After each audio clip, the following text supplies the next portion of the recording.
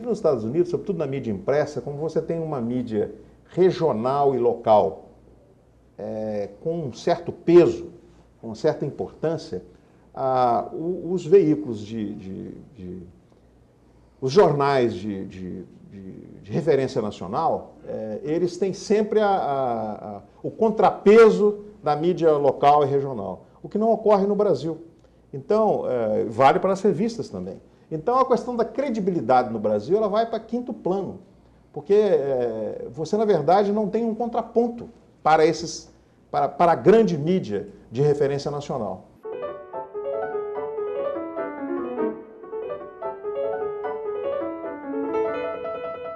Quais as consequências disso tudo com relação ao jornalismo?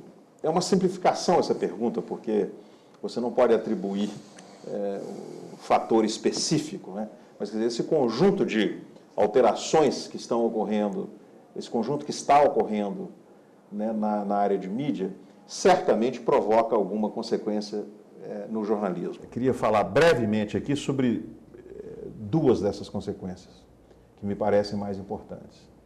A primeira é uma coisa sobre a qual eu tenho pensado, refletido, estudado, e sobre a qual eu tenho até escrito alguma coisa, e que eu tenho chamado de privatização da censura.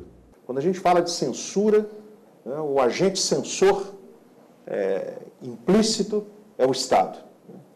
O que tem acontecido, uma das consequências desse agigantamento das empresas de mídia, é que a censura, o limitador básico da liberdade, das liberdades de expressão, da liberdade de imprensa, não necessariamente é o Estado, pode ser a grande corporação. E muitas vezes tem sido. O que torna, inclusive, o estudo e a identificação dessas situações mais difícil.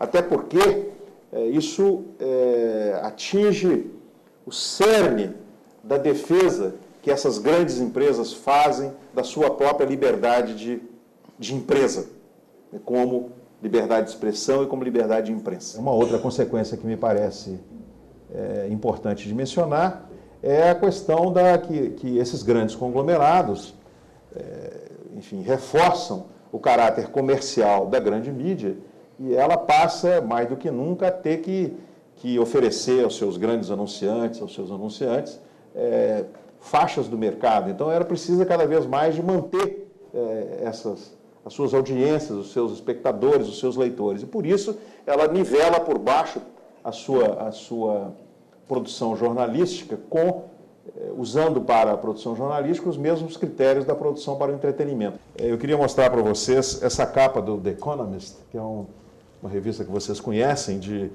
1988, se não me engano, em que ela faz uma crítica violenta, sobretudo dos telejornais de televisão, e que diz aí, a imagem está dizendo qual é a crítica, né? Está dizendo que a notícia virou isso aí, né? Aqui estão as notícias. De repente, nós estamos todos discutindo uma coisa que não tem nem a ver com o nada a ver com o nosso cotidiano, mas tem a ver com uma decisão editorial que muitas vezes atende ao interesse da empresa. Isso é... Mas, professor, se a decisão editorial não atender o interesse público, aquele veículo não vai ter, ninguém vai ler, ninguém vai assistir aquilo. Aquilo não vai ter audiência, professor. Então, vamos discutir.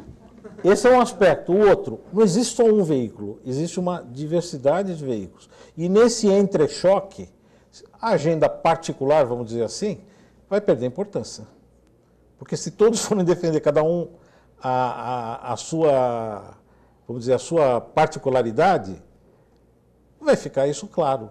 Os interesses não são convergentes. O que eu quero dizer é que os interesses dos grandes grupos não são convergentes. Se fossem convergentes, essa premissa, na minha opinião, poderia ser verdadeira, mas não são convergentes. São, em geral, divergentes. O volume de interesses, etc., nenhum de nós vai ser ingênuo aqui de achar que o que preside e orienta essas empresas é apenas o interesse jornalístico, etc. É evidente que não é. A história do Brasil comprova que não é. Né? Há documentos, inclusive, por exemplo, com relação ao golpe militar de 64, que mostram, sem nenhuma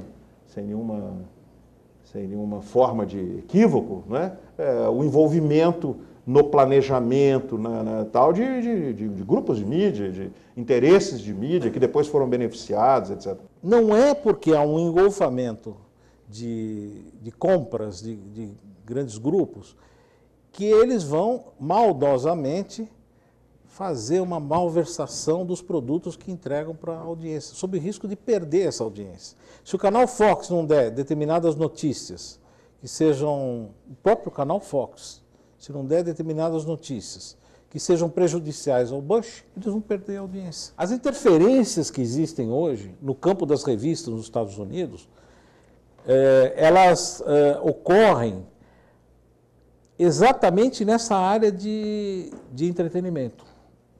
Por exemplo, algumas empresas mais puritanas, ou por receio que os seus anúncios sejam contaminados,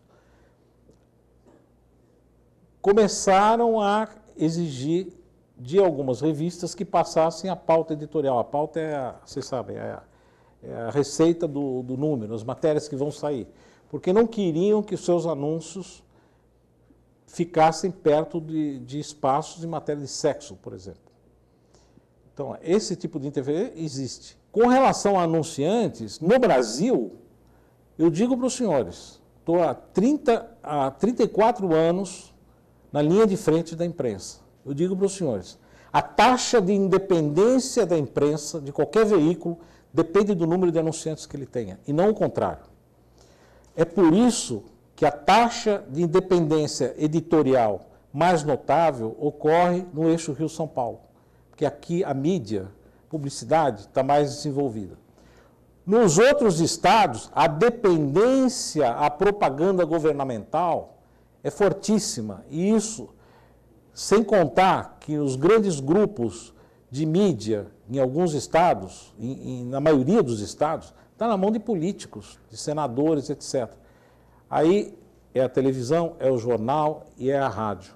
Porque as empresas, de forma geral, querem que a gente faça matéria só quando elas estão bonitas na fotografia. Está tudo correndo bem. Mas tem demissões, ou está com uma crise, ou está perdendo para a concorrência, aí, em geral, muitas dessas empresas se fecham. Mas jamais, eu vou falar agora no caso da Editora Abril, onde eu trabalho há 10 anos, nós jamais deixamos de publicar alguma matéria por pressão de qualquer anunciante.